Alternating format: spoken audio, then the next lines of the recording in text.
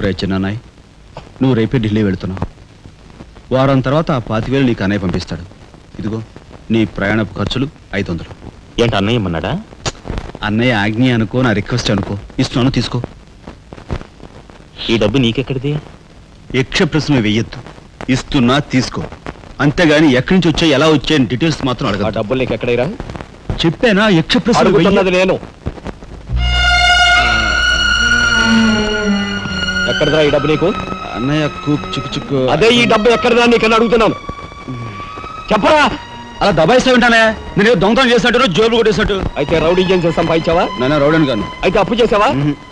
అది చేయికి ఇది చేయికి ఇంతలో నీకు ఇంత డబ్బు ఎలా వచ్చిందిరా? ఏమిట్రా పెద్దోడా దబాయింపు? వాడు ఏం చెప్తే అది నిజం. వాడు ఎవరనుకుంటున్నావు? సాక్షాత్తు అన్నయ్య ఇప్పుడు వివరాలు ఏమీ అడగద్దు, అన్ని తర్వాత వివరంగా చెప్తాను. వివరంగా చెప్తాడు. వదినా తప్పు. వదినా వదినా. ఏం బాబు? ఇదిగో వదినా, అన్నయ్య కోరిక ప్రకారం నీకు పట్టు చీర, బంగారు నగలు. బంగారు నగలు? బంగారు నగలంటే బంగారు లాంటి గిల్ట్ నగలు. అయితే రాత్రి మేము మాట్లాడుకున్న మాటలు. అన్నయ్య ఇప్పుడు వివరాలు అడగద్దు, అన్ని తర్వాత వివరంగా చెప్తాను అన్నానా? ఇప్పుడు వివరాలు ఏం అడగద్దు, తర్వాత అన్ని వివరంగా చెప్తాను అన్నాడా? ఆ వివరాలు నేను చెప్తాను. అమ్మని ఇది ఇంటి దాకా వస్తుందని తెలిస్తే అక్కడే నరికి పాతేసేవాడిని. ఎవరమ్మా నువ్వు? సామాన్తో పాటు దిగిపోయావు.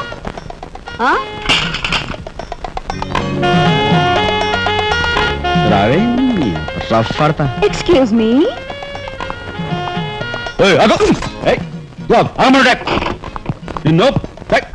ఏమిటి ఏమిటి దౌర్జన్యం? ఇంట్లో వచ్చింది కాకుండా గది గది వెళ్తున్నావా? నా శీల ఏ గదిలో భద్రంగా ఉంటుందో చూసుకుంటున్నాను.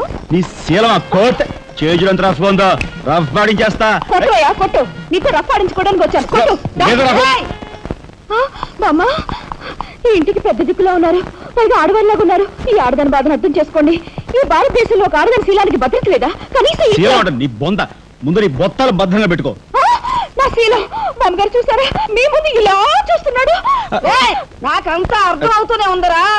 అనుమానాలు నాకున్నాయి. నోరు మూసుకుని పద. నా పంచి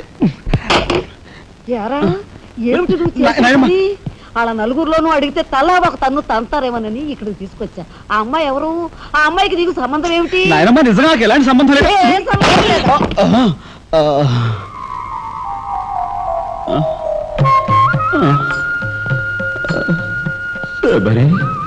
ఏం జరిగింది? అయ్యో దేవుడు, నువ్వు వచ్చావా? అవును శబరి, నా శబరి ఆవేశం చూసి ఏం జరిగి ఉంటుందా అని వచ్చాను. ఏం జరిగింది? ఇంకా ఆవేశం ఏమిటయ్యా? నీ అంశతో పుట్టిన నీ మనవడు ఏం చేశాడో చూడు. ఆ అమ్మాయిని ఎవరినో తీసుకొచ్చాడు. ఏనాడైనా మన ఇంటా అంటా ఉందా? శబరి, నువ్వు అనుకున్నట్టుగా చిన్నవాడు అలాంటి వాడు కాదే. నువ్వు అనవసరంగా ఆవేశపడలేవయ్యా ఆయన సమర్థిస్తున్నావు. ఆ పిల్లవో నా శీలమో నేను రోడ్డును పడ్డా అంటుంది. ఇప్పుడు ఏ ఆధారం లేని ఆ పిల్లని మన ఇంట్లో పెట్టుకోవాలా అక్కర్లేదా? చూడు శబరి, నువ్వు కొంచెం చూసి చూడలేదు.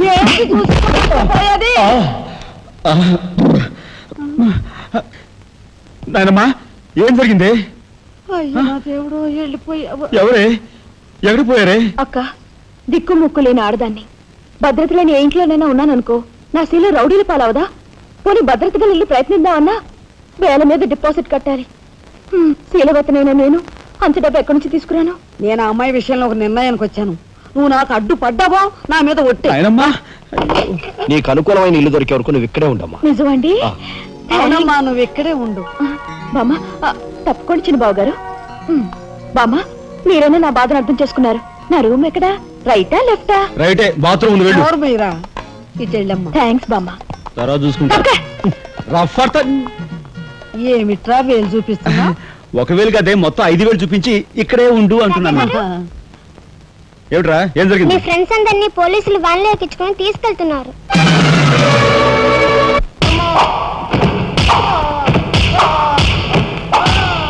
కార్మిక నాయకుడిని చంపింది మీరే, నన్ను ఒప్పుకుంటారా లేదా?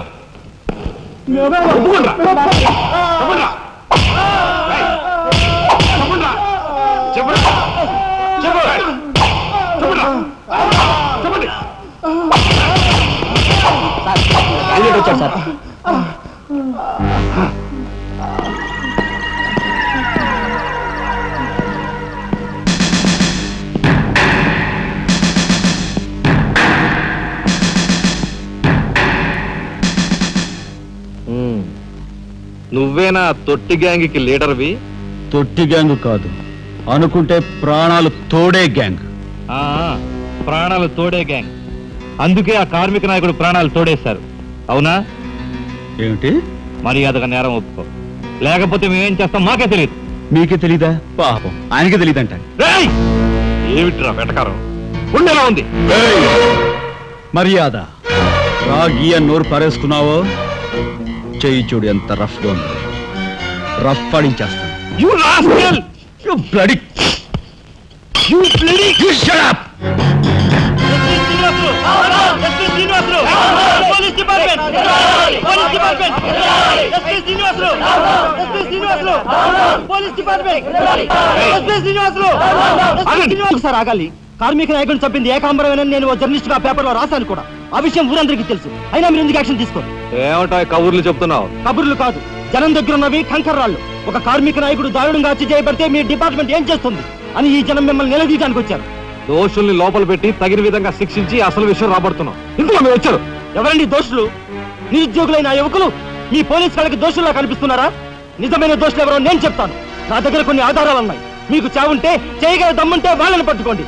అంతేకాని అమాయకులు నిర్బంధించి రాక్షసంగా ప్రవర్తిస్తే మా పత్రికా లోకం చూస్తూ ఊరుకోదు.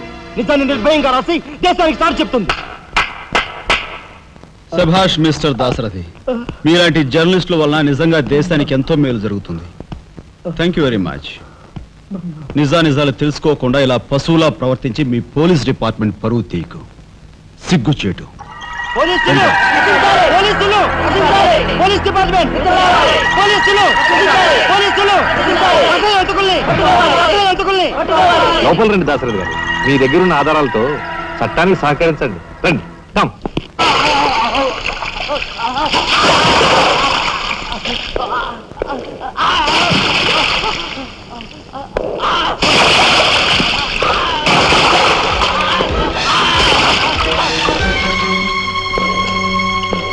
ఏమయ్యా జర్నలిస్టు, నాలాంటి వాడితోనూ ఎస్పీతోనూ తగువ పెట్టుకుని ఎందుకయ్యా చావు కొని తెచ్చుకున్నావు?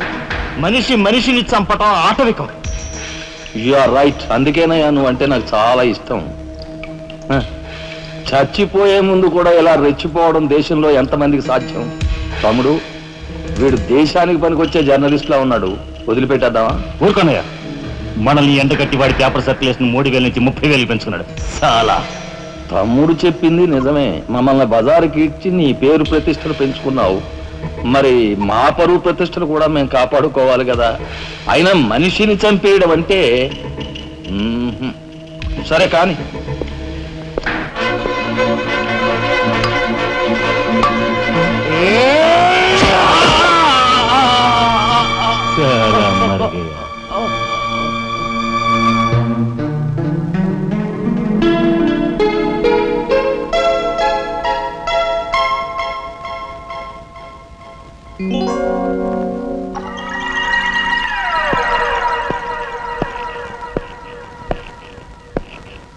స్టీల్లోంచి ఇత్తడిలోంచి వెండి పళ్ళెం బాగానే కొడుతున్నారు. ఛాన్స్.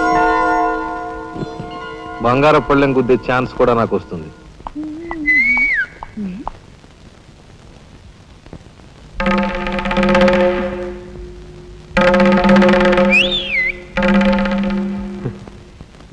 ఏమిటా చూపు? నేను మావాడు ఒకేలా ఉన్నావునా? అదంతేలే. అవును, నీకు మావాడంటే చెయ్యిలా చూపించి నాలుగు మడత పెట్టి చెయ్యి చూసావా ఎంత రఫ్ గా ఉందో? రఫ్ ఆడించేస్తాను, జాగ్రత్త. నువ్వు అంటుంటే నాకు ఉంటుంది. మరి అయితే ఇంకా ఆలస్యం ఎందుకు? నువ్వు కూడా రఫ్ ఆడించేయి. మా ఇంటి ఆడ వస్తుంది.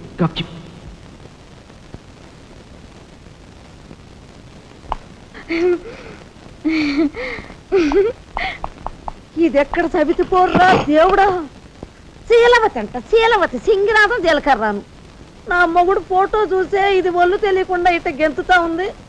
ఆయనే బతుకుంటే ఈ చిత్రాంగ నా మొగుడిని ఎప్పుడో లేపుకెళ్ళిపోయేది. కుమారి కన్యాకుమారి అంట. కన్యాకుమారి రోగం వదిలిపోయింది.